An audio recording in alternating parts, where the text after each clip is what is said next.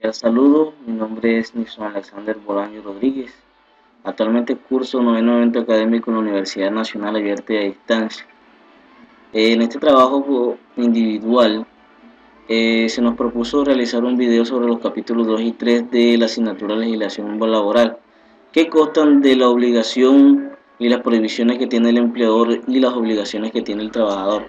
Asimismo, el capítulo 3 corresponde a los salarios y los elementos constitutivos de este. Antes de entrar en materia, haremos un diagnóstico de lo que fue el trabajo colaborativo número 1, en donde podemos ver que el trabajo colaborativo número 1 fue un escenario en donde los participantes del grupo colaborativo, asumiendo un rol de importancia en la empresa, aprendiendo legislación laboral limitada, aportó un candidato para asumir el cargo de jefe de mercado, el cual fue elegido por medio de votación el señor Carlos Aristegui, y para su posterior ingreso con la compañía fue necesario que se firmara un contrato y se vinculara a las ARL, EPS, Fondo de Pensión y Caja de Compensación Familiar. Por lo tanto, quedó de la siguiente manera. Como podemos ver, ahí está el señor Carlos Aristegui, con un cargo de jefe de mercado, un sueldo de 4.312.000. La EPS a que se afilió fue a la 9 EPS, la ARL fue Sura y el Fondo de Pensiones fue Colfondo.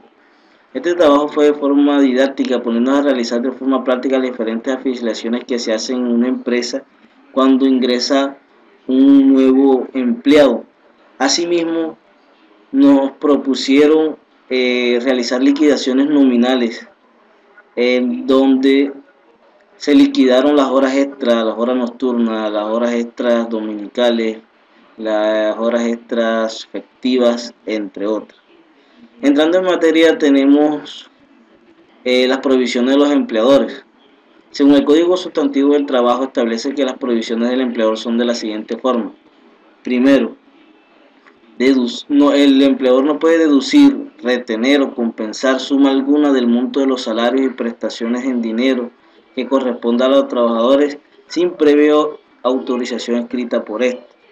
Segundo, no puede obligar en ninguna forma a los trabajadores a comprar mercancías en almacenes en los que establezca el empleador. Tercero, no puede exigir o aceptar dinero del trabajador como gratificación para que se le admita al trabajo o por motivo cualquiera que se refiera a condiciones de este. Cuarto, no puede limitar o presionar en cualquier forma a los trabajadores en ejercicio del derecho de su asociación.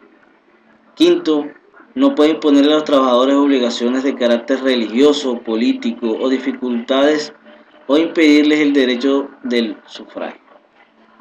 Sexto, no puede otorgar propaganda política en sitios del trabajo.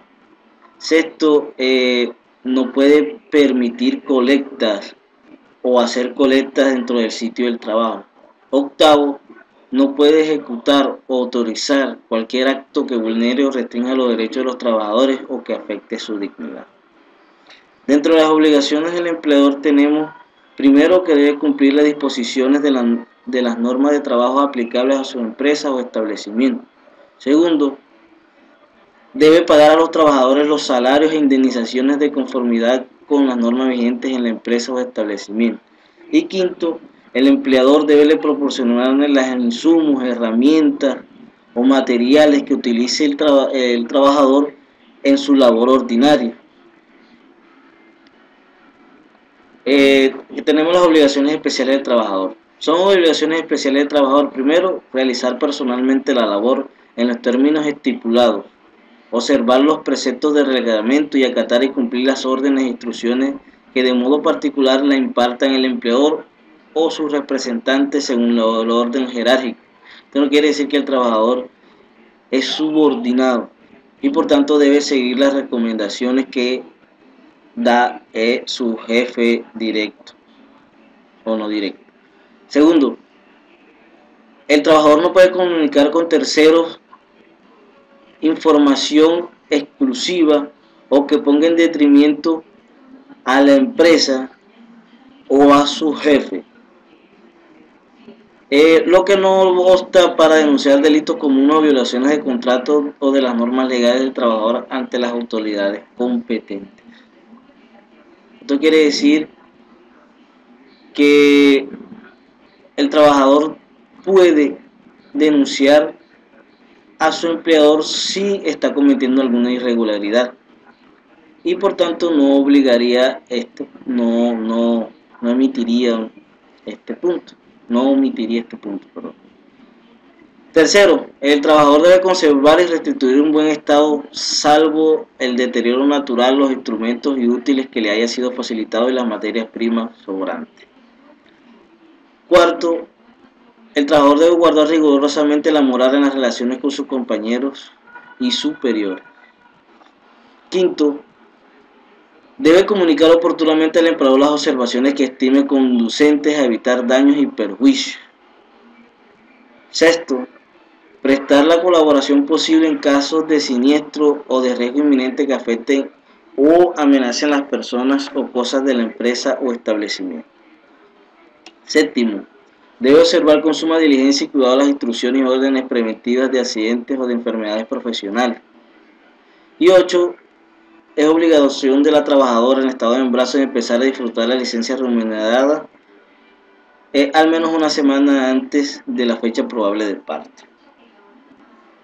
A continuación veremos el capítulo 3, que se basa en lo que es el salario y los elementos constitutivos del salario.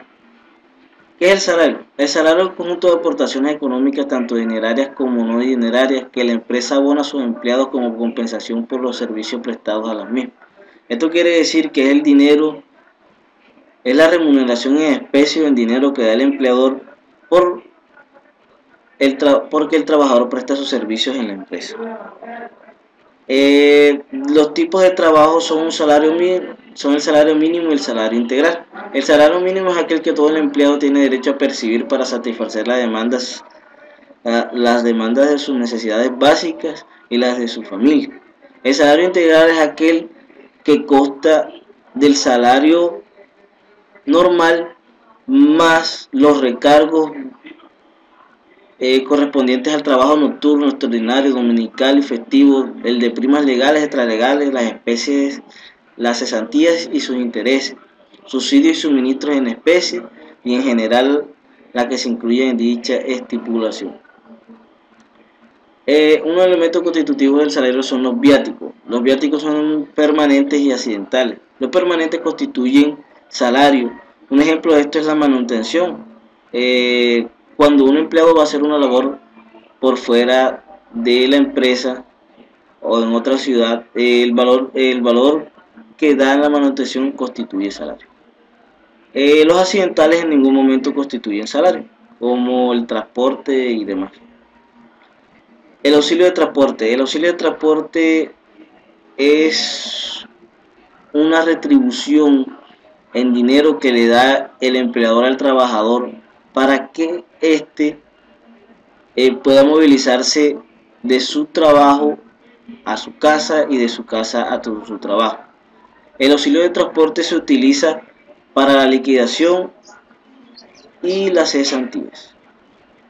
La incapacidad. Cuando un trabajador se incapacita, se le debe otorgar un auxilio económico por esos días de incapacidad, auxilio que generalmente la empresa paga y luego cobra la EPS. Los 3 primeros días deben ser pagados por la empresa y a partir del 4.º día los paga la EPS. Los 3 primeros días que paga la empresa corresponden al 100% del salario. Los días que paga la EPS corresponden a 2/3 partes del salario base de cotización. Los recargos. ¿Qué son los recargos? Los recargos son las horas especiales que hacen los trabajadores, ya sea extraordinaria diurna, extra nocturna, dominical y festivo nocturno, extra diurno festivo, extra nocturno festivo y el recargo nocturno. Cada uno de estos recargos tiene un porcentaje en el que indica el valor que va a percibir por esas horas prestadas. ¿Ya? La fórmula será el valor de la hora por el factor, por el número de horas que se produjo el recargo. La CRE. El CRE es el impuesto para la renta y la equidad. Este impuesto sustituye las contribuciones parafiscales que actualmente aportan las empresas que contratan a trabajadores. La tarifa es del 8%. Este porcentaje se distribuirá de la siguiente manera. El 2.2% va para el ICBF, el 1.4% para el SENA, el 4.4% para los sistemas de seguridad social en salud. Y el punto restante está dividido entre el 40% para las universidades públicas, el 30% para el sector agropecuario y un 30% para UPC régimen subsidiado de salud. Las conclusiones y recomendaciones. Para un administrador de empresas es de vital importancia conocer la legislación sobre lo laboral, pues el conocimiento que se adquiere en el proceso de contratación y liquidación contribuirá al buen desarrollo de la empresa que dirija, evitará caer en problemas legales que podrían generar grandes pérdidas de dinero e incluso una reclusión en una penitenciaría. Las recomendaciones sobre el curso pues no tengo ninguna, puesto que ha logrado consolidar el aprendizaje basado en problemas, haciéndolo de una forma didáctica que enriquece el conocimiento.